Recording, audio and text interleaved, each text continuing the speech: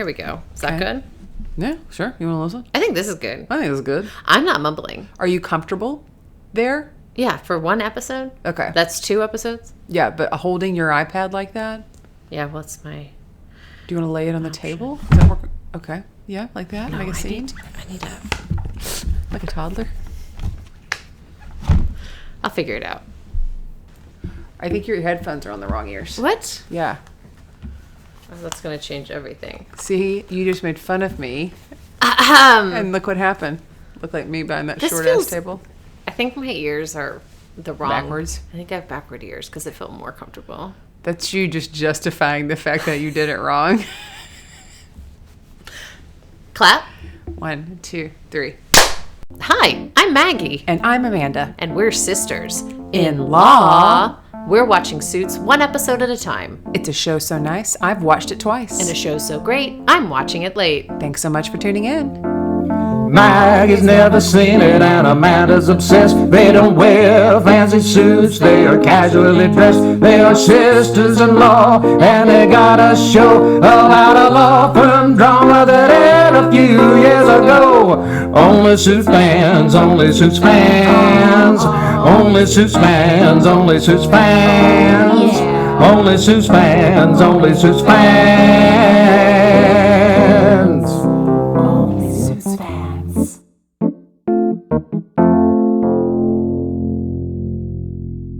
These silk robes, Amanda. These silk robes are the epitome of luxury, which I think is something that Harvey Specter would love. Jessica Pearson would love. Louis Litt would love. Rachel Zane would love. Donna Paulson would love. Mike Ross would even love. Scotty would love. Scotty would love. Jeff Malone would love. Jeff Malone. Hello, season 4. Yeah, Jeff Malone. Katrina Bennett would love. Katrina Bennett would lovies. I think everybody in season 4. We are wearing, for season 4 premiere, the Harvey Specter School of Law custom silk robes. And what's so great about this, for listeners and viewers, if you look into our arms, they're this nice white lining. And like, really what you can do here is you can hide a brief in here. You can stick a blue folder in these right here and really take somebody, your client's like, who's there? It's me. I'm the new senior partner. Ooh, the ghost of Hardman. What if it is the ghost of Daniel It's Hardman? Granny. Yeah. Oh, yeah. You We know. could have the ghost. Maybe Jenny's inside this one? Oh. Maybe what, Travis Tanner is way down in this one. What cast of characters can we pull out of here for this season? Does this look weird? Yes, it does. It looks Does like it you're look doing weird? like that make out with yourself thing. Anyways, it's got a nice white trim. It does have a white belt. We're not going to show you guys because we can't let you see what's below the belt. But I mean, we could. It's we could. sweatpants. Yeah, I'm wearing capris. But Anyways, these are available on our new website. On our new website. onlysuitsfans.com, and you can find archived Harvey Specter monthlies and all of our merch, all of our merch and all of our episodes, all of our episodes and our bios, and a small little thank you note from Whiskey the Producer Dog, and a place to donate. our Venmos. Our Venmos. Yeah. So all of that's there. It's all there. It's all there for you. And you know what's all here for me? What? This new season 4 combo episode 1 and 2. We are binging season 4, and I am here for it because I already felt more energy being able to watch 2 in a row. Yeah, we were talking about it. Yeah, It's feels really fun to just like back to back watch them real quick. back to back to back. But 2 is about how much I can do while still doing the you know what I mean? Like, Yeah. I think I could watch more, but I wouldn't be as in depth. So I'm Yeah. excited about this. That's fair. I'm also binge watching another law procedural. I hope you don't get them confused. I don't get them confused. Okay. But I will say. Which one? I am, for the first time, watching The West Wing. Okay. That's a different kind of law. It is. That's like I'm just a bill on Capitol Hill. they don't sing that yet. It's great, and I'm just pitching that OSF could stand for only Sorkin fans I'm into it. when this is done. That's great. Okay. I'm into White House stuff right now. Dude, I'm so into it. Please vote. If you live in Dallas County and you are not registered to vote or you've changed your address, you can reach out to me and I will come register you, because as of today, I am a volunteer deputy. Deputy-doo. Deputy. I am a volunteer deputy voter registrar. Congratulations on that, by the way. Thank you. I have a card. Very excited. I have a card. We have a brief that's covering episode 1 and episode 2. I'm going to get my big brief holding sleeve. I don't even need a purse. No, you could hide so much stuff in here. You could hide so much stuff in there. These are luxurious robes. They're Cannot stress enough how good our merch game is. I literally can't wait to like lie on the couch on the weekend and kind of take like an afternoon, like fall asleep watching it and like in my robe and then wake up and be like, where am I? Oh, yeah. I'm in luxury. Harvey. Oh, no, sorry. Travis? Oops. Okay. Do you want me to read this? Do you want to read it? Yeah, you read it, please. Okay. What a better way to kick off season 4 than with some questionable kissy scenes outside the office and everyone kissing each other's asses inside the office. Mike and Harvey start off their attorney-client relationship on the rocks, but there's no whiskey to go along with it. Mike ends up putting Harvey and Pearson Specter in review, while Rachel has to put her past love life out in review for everyone. Donna is next level Donna with all her wit, charm, and Donna-ness. Lewis cuts his losses and throws them in the cake bin, and Jessica cuts her losses with her morning meetings friend in order to bring him in for a win. Ooh la la Ooh la la la. la. I cannot wait to talk about her morning friend. Okay, yes, because that's how the first episode of season 4 opens. Yeah, I'm going to say that we were both taking notes at the same time. Maggie, read your notes that you wrote in this opening scene from season 1, and then I'm going to tell you my notes, but also my thoughts of when I first saw this. I open it up, and we've decided we're going to take fewer notes, so it's going to be a little more like fluid, our conversation this season, sure. Right? Mm-hmm. But I had to put this down. The way they open season 1, I wrote, the way they cut this opening, I thought Rachel and Harvey were hooking up, and I gasped, and then I was like, wait, is Jessica hooking up with Harvey? Then it was a repeat of the same scene from season 1 where he bones in a suit. Harvey has like this woman and he's wearing his 3-piece suit and she's lying on his bed by the open window. Mm-hmm. Yeah. And you went from like lowercase to all caps. It was a lot. And I was watching you type this. I'm laughing so hard because when I saw this, I did not think that it was Harvey and Rachel. I thought it was Harvey and Jessica. And I was shook. Like I remember exactly how I set up. When you saw it. When I saw it, I was shook. Are you kidding me? They show all the suits in the closet. I was like, this is going to be fucked. I was like, that's why she didn't like Scotty. I just couldn't believe it. And I'm like, there's no, like, it's so many things went through my head of like, they can't pull this off. This can't just be casual sex. Like they're in this to win it. They can't be like, this is going to complicate things. How is he going to explain this to Mike? Like I thought of like 20 different scenarios in 2 seconds when I saw it. And then I was like, oh. Well, I was also like, they don't have the sexual tension. No. Which comes up later. There's a weird moment. There is a weird moment. But yeah, I was typing with my thumbs because I was just using my phone and it kept freezing. And so I kept having to go back and I was like, I cannot process what is happening. And then you were typing and I was watching you type, ha ha ha, LOL, watching you type this, making me laugh so hard. And I was like, I got to get the cursor where I need it to go. The fact that it was freezing and then it makes more sense because I was trying to get out of your way because I went up to it and then I started typing and I realized I was messing with your cursor. Like Maybe that's what it was. It was moving the because I was making it a title and then I was like, oh no, I need to drop down so she can't she could see me typing to her. Never mind you listeners that we text all the time and I could just text her and be like, this is great. But instead I'm communicating to her in the middle of a Google Doc. In the notes document. Yeah. As I like to communicate. Yeah. Okay, I do have a quick deposition for you. Okay. So the name of this episode is 1, 2, 3, Go. Yes. Which made me think, when you're playing rock, paper, scissors, tell me how you set it up for someone. I always set it up because it's definitely a point of contingency here if you don't get it right. Right. I would usually say 1, 2, 3, and then you go, not going on 3. So you go rock, paper, scissors, shoot. Yeah. You show your hand. Mm-hmm. Good. That's the right way to do it. Your brother, my husband, goes 1, 2, shoot. I don't believe that because he and I have facilitated workshops where we have this game in a very big room. And Kyle, I love you more than any other brother.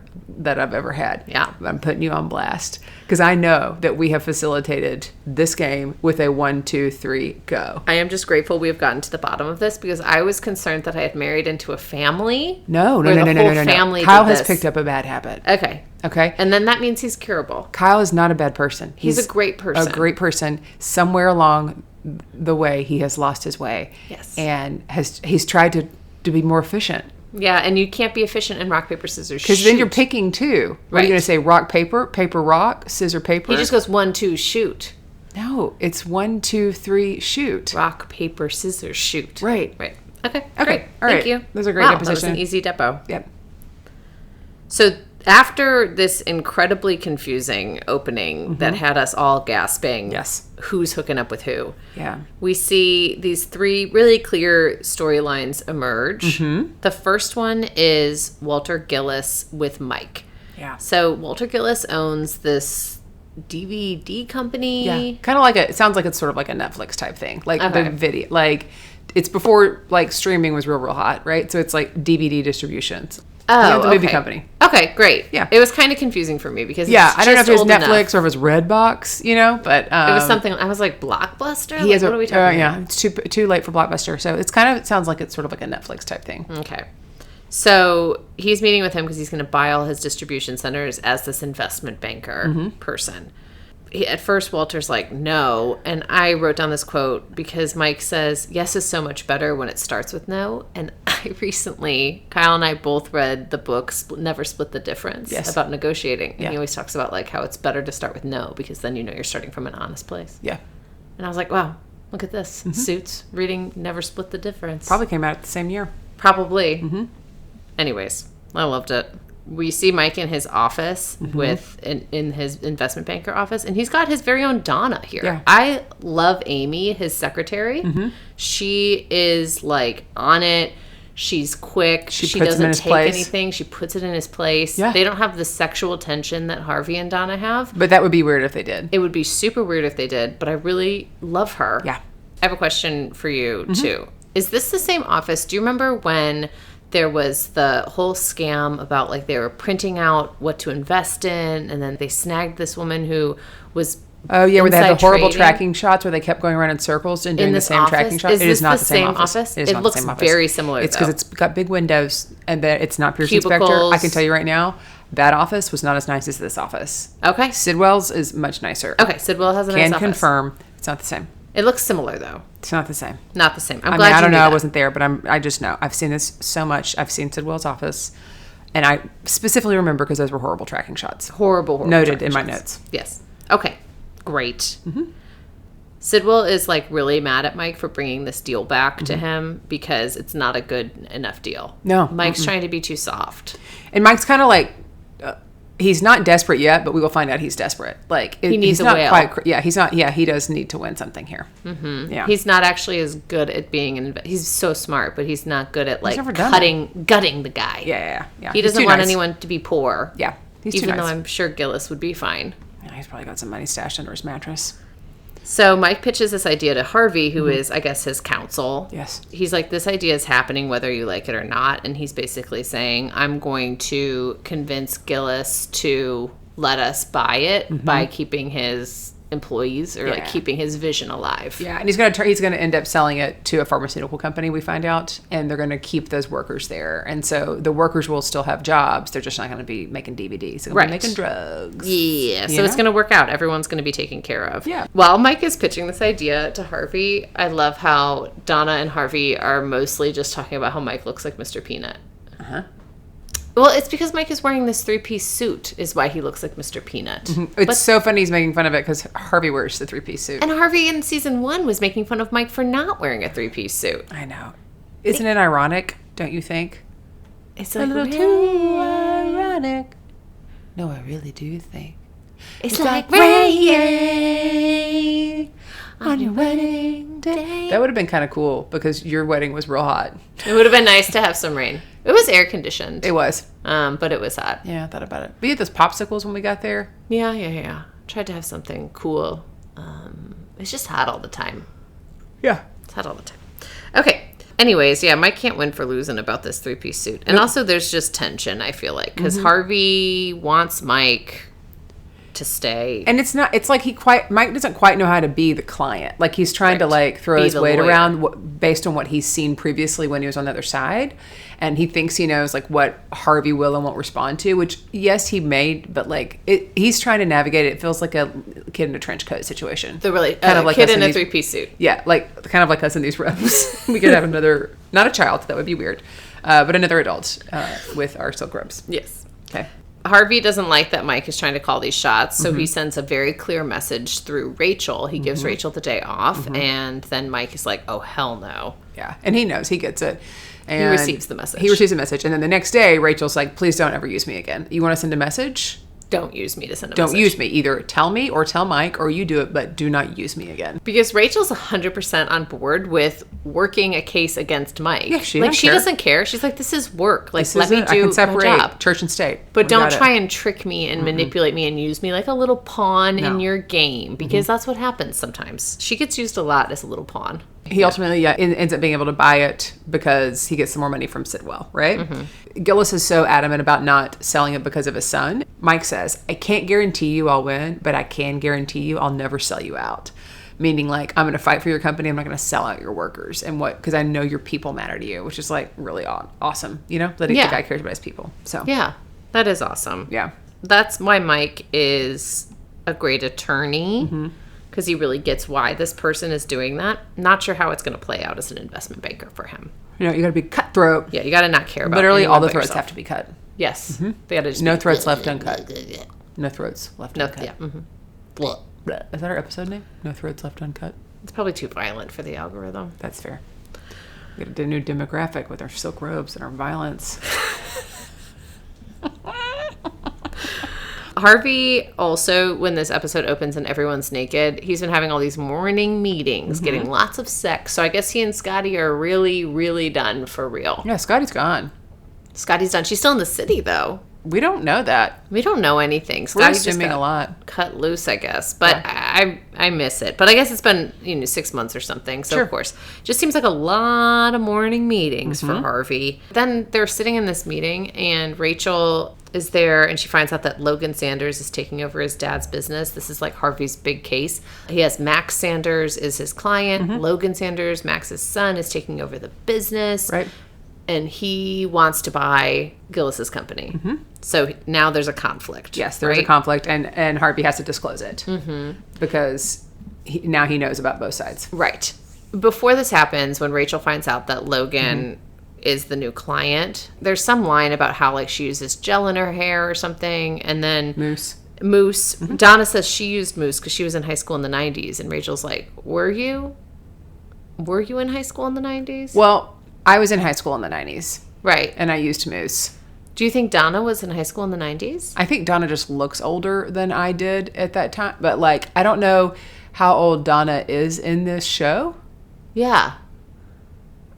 If she's in her 30s. In the show, then she would have. Then she would have been in high school in the 90s. Because, like, now she'd be in her, 40s. Mid-40s. Yeah.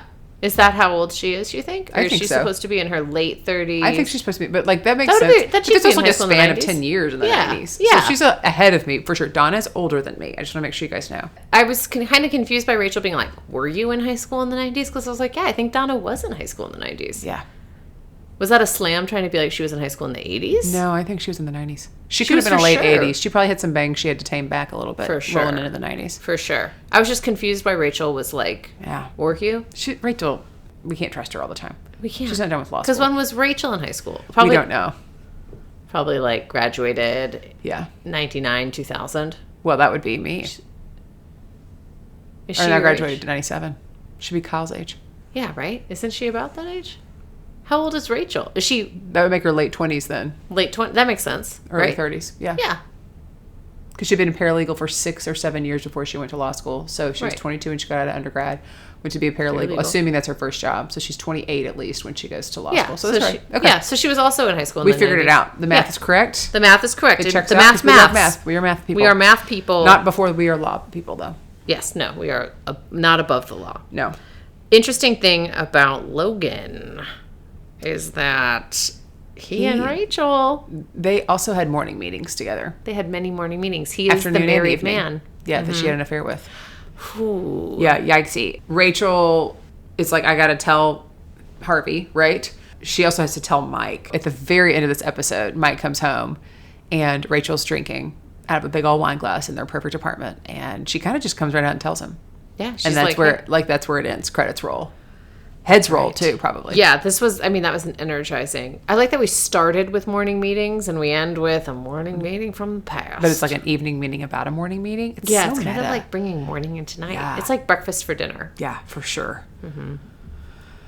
Okay, this last storyline, we have Lewis and Katrina, and they're digging in on Eric Woodall, who we found out from the last season is coming after Mike, but actually coming after Harvey, right? Which means he's coming after the firm. Okay. Right. And in this scene, it's like Lewis says something like, oh, I found this. And Katrina's like, me too. And then Lewis is like, and this. And she goes, me too. They've both been doing it at the same time, and they're the same person. They are actually the same person. And then Lewis throws something fake in, and she's like, I didn't find that. And he goes, that was a test. Right. I love them so much. Yeah, they're real fun together. While they're digging into Woodall, they find out that Jeff Malone from the SEC, who works with Woodall, is going to come after Pearson Specter. Right. And so Lewis is like, I got to be the guy to take Jeff Malone down. Because Jeff Malone is so badass. He's so badass. And Lewis is wanting to go up against him. He's like, I'm the only one. I'm the only one at the firm. And he is the only one at the firm. Yes, he is. So then he's going and he's about to talk to Harvey. Right. And then he hears Harvey talking to Donna, and Harvey's like, yeah, you never call the girl. Like, let the girl call you. You don't want, like, you can't come from a place of desperation. You'll never get what you want. And when that happened, I thought Lewis was thinking in his head about Sheila Saz, because I remember her. Yeah. You're still waiting on Sheila. But instead he was applying it to this situation. He was like, I cannot go and ask to take on Jeff Malone because then I will look desperate. So I'm going to wait for them to realize that I'm the right person and come to me. And what's interesting is that Jeff Malone realizes that the best person to take on Jeff Malone is actually Jeff Malone. So he comes in to the office to see Harvey and Jessica.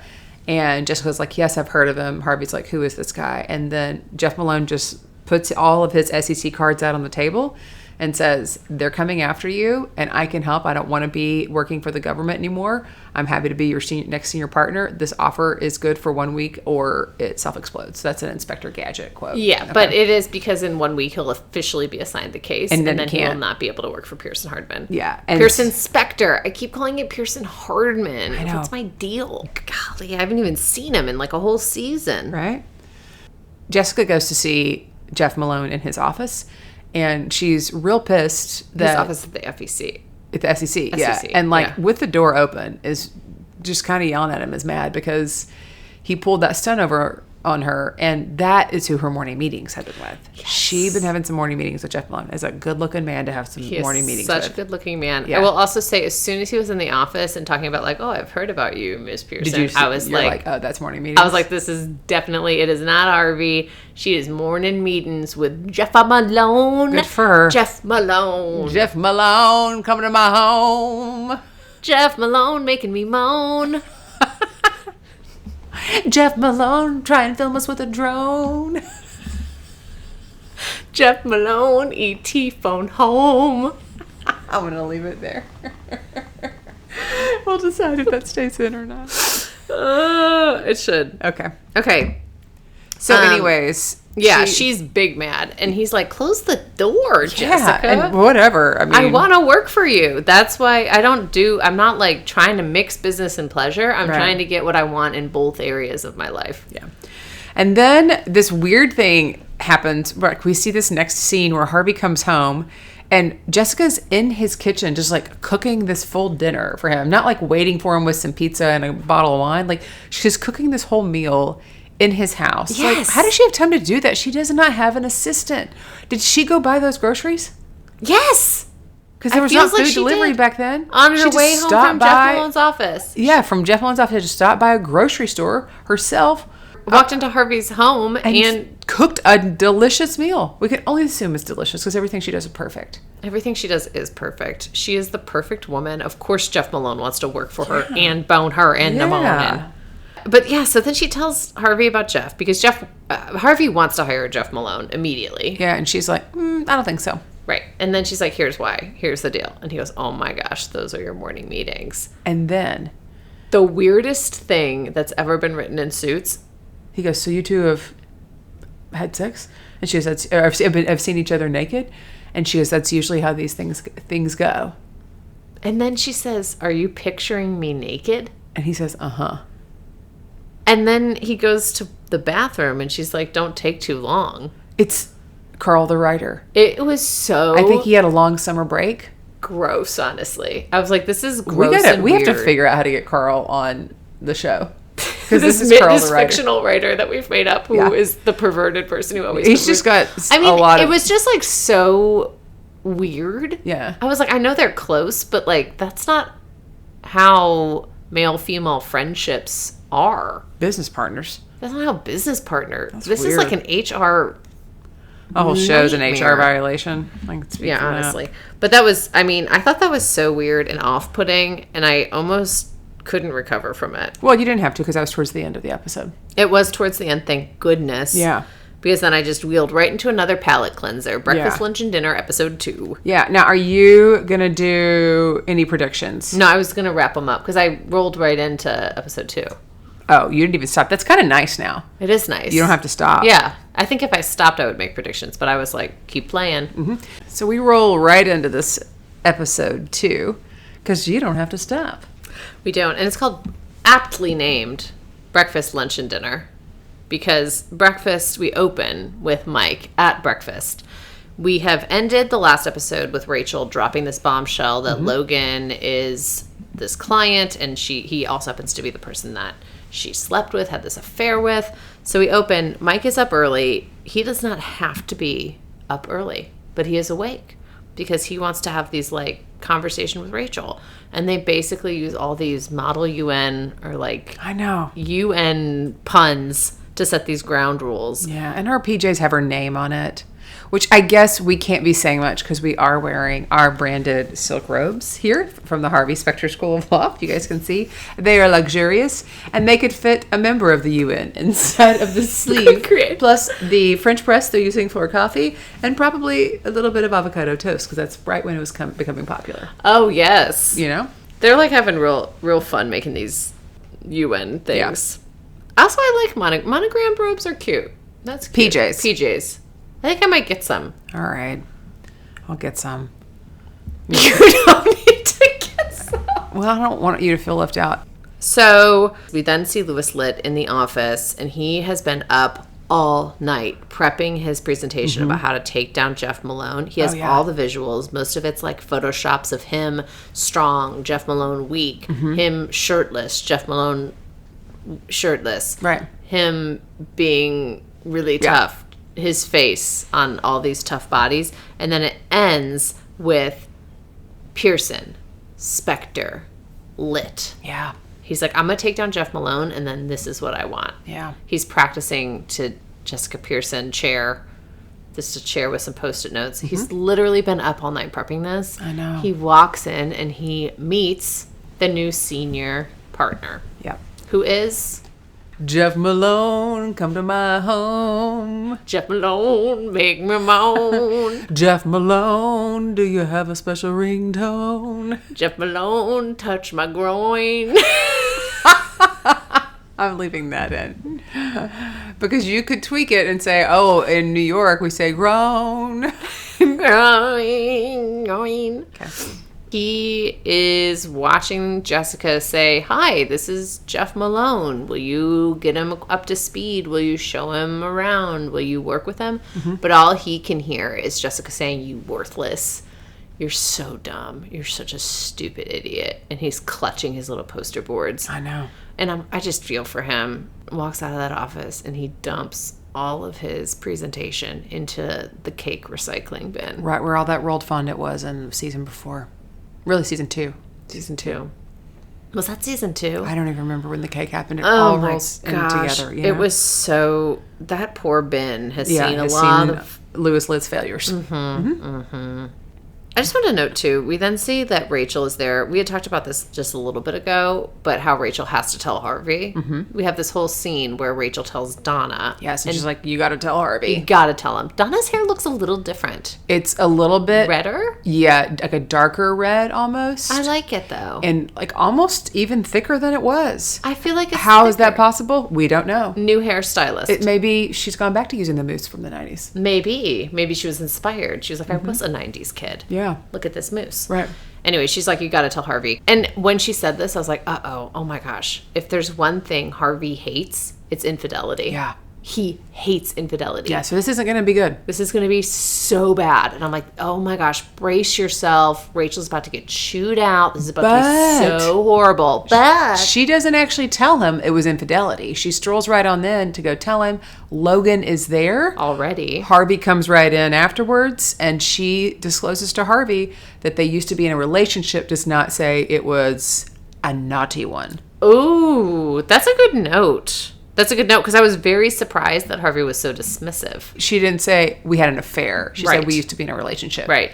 And he doesn't know enough about Logan. Like, he didn't care, to dig into that. And he's like, are y'all trying to get back together? He's like, I don't care. It's because she should have didn't done a little more due diligence. It's not about what you say, but how you say it. You know? Exactly. And he didn't even hear basically, care to ask questions. She didn't lie to him. She just didn't tell him the whole truth. She told him the truth. I don't think she felt like she was holding anything back.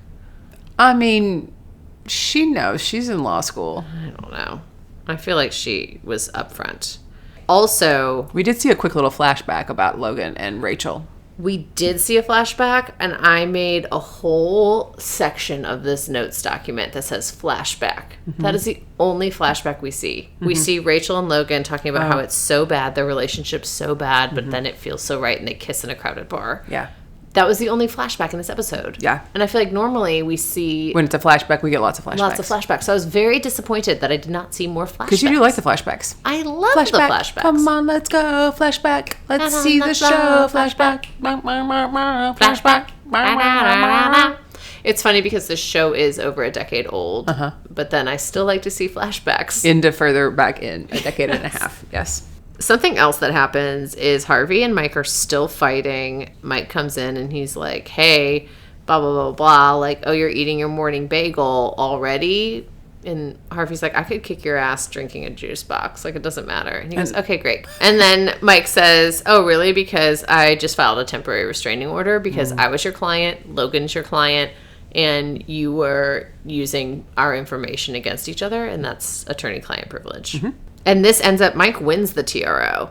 He wins that. They go to the judge's chambers. And she's like, are you a lawyer? And he's like, no, I was the associate. That's not important. Anyways, here's the meat of the case. And Harvey tries to confuse the judge so much. Like, they're both playing little tricky McTrickery. They're little tricksters for sure. Mm-hmm. And they're playing against each other. It is interesting to watch, like, Harvey go against Mike because Mike's not a lawyer. He's just an investment banker. Well, he's also not a lawyer. I mean, like, he truly isn't a lawyer. Yes. He's truly not a lawyer, but he was also trained by one of the best lawyers who is now facing him in a court. Yeah.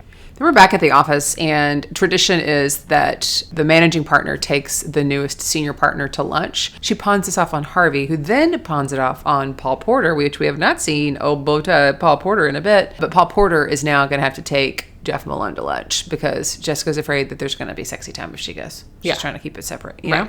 Yes. There's going to be some Jeff moaning. And then we cut over to Lewis, like a little teenage girl, kicking his legs up, writing in his pussy diary. These are Katrina's words, not ours. Lewis keeps the diaries only for bad things that happen. Right. And then his dictaphone is for good things that happen. Memos to Norma, like important things, like when Harvey says, I'm proud of you. He keeps that in the dictaphone. But the diary is for his pussy thoughts, right? His very sad, lonely thoughts.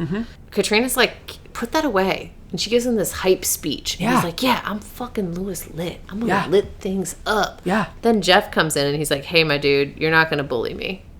And Lewis is like, oh, yeah? Because you're a cock. You're a dick. And I eat cock for breakfast, lunch, and dinner. Yeah. And then Jeff Malone's like, oh, yeah? Well, no, you are not going to bully me because I'm going to tell everyone that you just said you eat cock for breakfast, lunch, and dinner. And Lewis is like, oh, yeah, I do. Eat it up. And begs the question. Did Lewis know what he was saying, or was he just committing to the bit? He's committing to the bit. Okay. I had a similar thing happen to me once. About eating cock for breakfast, lunch, and dinner? Yeah. I was teaching middle school math, and I had an Easter egg review game where you would throw a ball at Easter eggs and it would crack open, and there'd be a math problem. Okay. And one of my kids came in, they're like, oh, huevos. And I was like, yeah, eggs. I was like, but I was just like, oh, yeah, huevos. Like, I know that word. And it's like, yeah, I like huevos rancheros. I love huevos rancheros. Well, the thing is that in Spanish, huevos does, in fact, mean eggs. But it also has a double entendre. It does. And it means balls. And I told a room full of middle schoolers that I love rancher balls. And I eat them up. And then I went, just like Lewis lit. And you were only a teacher for a year, correct? 2 years. 2 years, okay. This was the second year. Okay, and that's a good way to go out. It was. It was a great way to go out. I was never had to do a Easter egg review game ever again. I'm just going to cut to this deposition with Jeff and Lewis. Oh my gosh, it was so funny. Yes, because they start and they're just so tense and they're like attacking each other more than And it feels like it's a real fight. It feels like a real fight. I think it is a real fight. That turns into a joke fight. Because it starts as this real fight, and then the person they're depositioning, It's like, I know what you're doing. You're pitting yourselves against each other to try and intimidate me. And then they're like, oh, we should pit ourselves against each other to try and intimidate them. They're like, oh, that's a great idea. Like, thank you so much. They find out this guy was not insider trading. He just has really dry hands. Because he's a germaphobe. Because he's a germaphobe. So he's like always washing his hands, and he has a lot of lotion. And then his fingers slipped, and he accidentally made this incredible trade that everyone thought was insider trading, but it was legitimately a Harold Gunderson move. Yeah, this guy is the Harold Gunderson of investment banking. Yeah, he done stumbled. Yeah. So they're like, okay, wow, that's a ridiculous story. Yeah, and then they really get into this fight, and then they're like kind of on the same side. And then Lewis is like, look, T-Dog, you got to be honest with us. Like, he really tries to like take it to the next level. It was actually a very good performance by both of them. Yeah. Yeah. Here's the thing. Logan and Rachel had this thing. Mike and Rachel are currently in a thing. Logan wants to be in the negotiation with Mike. Harvey's like, not a good idea because of this Rachel thing. Right. But then Mike's like, I'm not going to go into the negotiation unless Logan is there. Yeah. Because I'm not going to tell you one thing, then you go around, and then Logan says no to it. We all need to be in the room. And he's like, that's not a good idea because your brains and your dicks are both going to be in that room. And when you're both there together, it's not going to be your brains leading that talk. Yeah, no, it's just that men are so gross. I know. When Mike and Logan first meet, they're in the bathroom at Pierce and Specter, which is where all great confrontations happen. But it's actually very friendly. They seem like very cordial, like, okay, similar, look the same. Yeah, more like a game recognizes game. It's kind of like the Travis Tanner, Harvey Specter. Before they weren't friends. Mirror, right? Like before, you know? Yeah. Like they're kind of like, this could be... Interesting. I'm not as attracted to Logan Sanders as I am to Travis Tanner. Just want to say that. Are you attracted to Mike Ross as you are to Harvey Specter, though? No. Like, it makes sense. Makes sense. So then they go into this room to negotiate, and it gets real gross real fast. Yeah. Gross in that they're like arguing with each other, but also gross because they're clearly making these sexual references. Mainly Logan. Logan is. Yeah. About like, I get what I want, and then I flip it over the table, and I do whatever I want. Strip it down. Yeah. And I'm like, oh my God. It's so gross. Shut up. I'm going to sell her parts, you know? Yeah. So bad. Bleh. Between the Harvey picturing Jessica naked and this scene, we gotta get Carl a girlfriend. Yeah, they gotta turn this around. I need like Sheila Satz to be working this stuff out. Sure. Sheila and Lewis. I don't need this like. We don't need more people working it out. Yes, this was keep it predictable. Harvey then decides like, hey, we found out what Mike wants. He wants to protect these people. So Harvey decides he's going to actually protect the people. Okay. By going to Gillis's head of the union. And he says, you have a $500 million deficit in your pension fund. We're going to pay for that, but we need your vote to vote for Logan for the takeover. Right. Right. And so the only way for this to work is if Gillis also funds the pension at $500 million, $500 million, because he will actually vote with Gillis if Gillis does it. Right. Because his loyalty is to Gillis. But right now he's about to get $500 million. So if Gillis funds it, then that's great. But if Gillis funds it, then he can't expand. Mm-hmm. And he can't do what he wants to do for his son and like this whole big dream and vision and all of it. Harvey realizes that this means Mike is going to lose. Yeah. They don't think Mike is going to cut off the arm to save the body. Yeah. I guess they don't think that he's brave enough. Yeah. They don't think he's got enough gall. Enough huevos rancheros. He does not have huevos rancheros the size of a farmer. Of a farmer for breakfast, lunch, and dinner. Yep. Some people love the taste of blood, is what we learn. That's true. Because Amy, the investment banker Donna, is like, Mike, shut the fuck up. Yeah, She's just dude, like, she get gives him out the there. biz. She Donna's Mike so hard. Yeah. She's like, then just pack up and go. Like if you're not even going to do this, like, why are you even here? Get out of here. Yeah. Go crawling back somewhere else. She's right. And Mike goes and does what he needs to do. Mm-hmm. And he tells Gillis, you're a naive old man having a tantrum because you're not getting your way. Yeah. Which is like an awful thing to say, and he regrets it, but then he kind of doubles down. He's like, now you got to wake up. He's like, this was my dream. Gillis goes, this was my dream because now you got to wake up. Right. Out of the dream. Mm-hmm.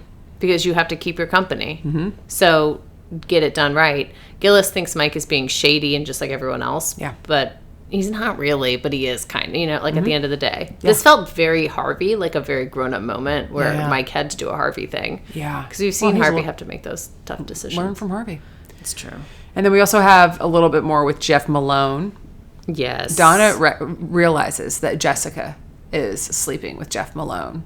Jeff Malone, take me home to a place where I belong. Jeff Malone, Jeff Malone, Jeff Malone, Jeff Malone. It's beautiful. I love Jeff Malone.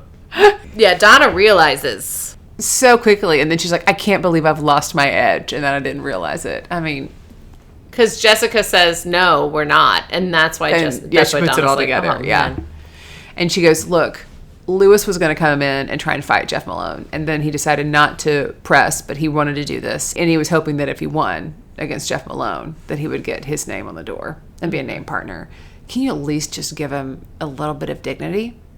Give him his dignity back. Give him his dignity back. And I was like, did Lewis ever have dignity at this firm? Oh, wow. That is a question. I was like, when all the flashbacks show Lewis Litt being undignified constantly. Braces, scapegoat, like everything. Right. But I guess an office makes up for all of that. Yeah. So he gets Jeff Malone's office. They do a little swapsies. Which was Hardman's office. Right. Which was Scotty's office. Yeah, it's real cursed. It's a cursed office. It's a cursed office. So we'll see if the curse, is broken, of course, with Lewis Litt. The only other thing is that Donna does bring him a present for his office, a Happy Corner office present. Is it a picture of her as Ophelia? Is that right? Yes. Yes, because she told the story about, Ophelia. And so she shared like what was kind of like a real hard story with him and then tried to make it into a positive memory and gave him that picture, and she put it on, and he put it on her desk, on his desk. I just love Lewis's collection of random photos. Of mainly him and then also Donna as Ophelia. Yes. I know. I love it. Yeah. Because we're doing a 2-for-1 in this episode, I found out the tickets to Prediction Town were going to be twice as expensive. But because we have been such frequent riders on the train down to Prediction Town, I was able to get us a season pass, and it's the same price. And all we have to do is hop aboard. Choo choo. Chaboody. Chaboody. Is it Chaboody? Chaboody train. Chaboody. Not Chaboody. Chaboody. Chaboody. Chaboody. Roll call. Okay, well, here's some predictions. I don't think that Logan is gone from the courtroom or Rachel's life. I want some more flashbacks. This felt like a real tease here. Okay. I think that maybe there'll be some tension. The fact that he was so, like, the other Mike version, and she's going to be working so closely with him, made me... Okay. I don't know. At least more flashbacks. I want to see more history on this. This feels like it was a significant thing. I really like Amy, the secretary. I was like, could she make Rachel jealous? I don't think so. I think there's something coming for Mike and Rachel this season. Okay. But I really like her. I hope that if Mike goes back to the firm, she comes with him. Like, she's great. Yeah. I hope she gets more time. Okay. I hope it's like she gets more lines, more character arc. Yeah. I love Lewis collecting random photos on his desk. Yes. I want a shot of all of them. Yeah. I want to see every single person he has on his desk. Mm-hmm. I also think that Jeff will last about as long as Scotty did working at the firm with his lover, which is less than a full season. Oh, wow. I think he's gone. I think he's coming in. Something's going to Jeff happen. Malone, he's going to be alone. Jeff Malone, as much as I love singing his name, I don't think he's there for staying power. Okay. I think he might be the one who's like coming in. Maybe he gets his name on the wall. Oops, he's got to take it down. You know? Okay. Something. Okay. Mike versus Harvey, I think, is going to be so fun to watch. Yeah. I think it's going to get real heated. Mm-hmm. But then I hope that they have a moment where they reconcile. Okay. I hope it's fun. You hope it's a fun reconciliation. Like, Yeah. it's fun, but then it's like they're still friends. I didn't like when Harvey and Jessica were like really at odds. You want them back as Butch and the Sundance Kid. Yeah, whoever's who. But if they were Butch and the Sundance Kid, You want them back doing I that. want them back. Mm-hmm. That's fair. These are great. Thank you.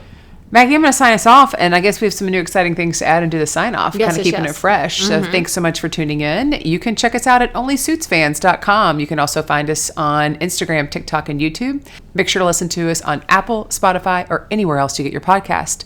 Don't forget to like, subscribe, and leave a review. And if you're struggling to think of what to say, you can say, Jeff Malone. That is the new prompt. Ladies and gentlemen, this season you're going to get a prompt from none other than Maggie Rieth Austin to help you with your review. So hopefully we will see a review or two about Jeff Malone. Jeff Malone's going to have his own song on our Christmas album. I'll be Jeff Malone. Just you wait and see. I'll be Jeff Malone, if only in my dreams. It's beautiful. That's what I'm putting at the end of our podcast today.